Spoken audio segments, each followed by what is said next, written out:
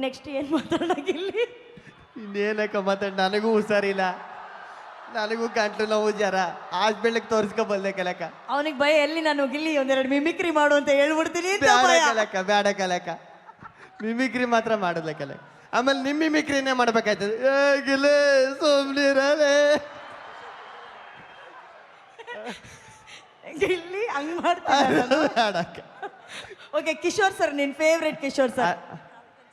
ಅಲ್ಲ ಕಲಕ, ನಿಮ್ಮಂದ್ ಮಾಡಿದ್ರೆ ಬೇಕಾದ್ರೆ ಕ್ಷಮಿಸ್ಬಿಡ್ತೀರಿ. ಕಿಶೋರ್ ಸರ್ದು ಮಾಡಿ ಅವ್ರು ಫೋನ್ ಮಾಡಿ ತಿರ್ಗ ಯಾಗ್ರೂ ಬೇಕು ಇದೆಲ್ಲ ನಿಮಗೆ.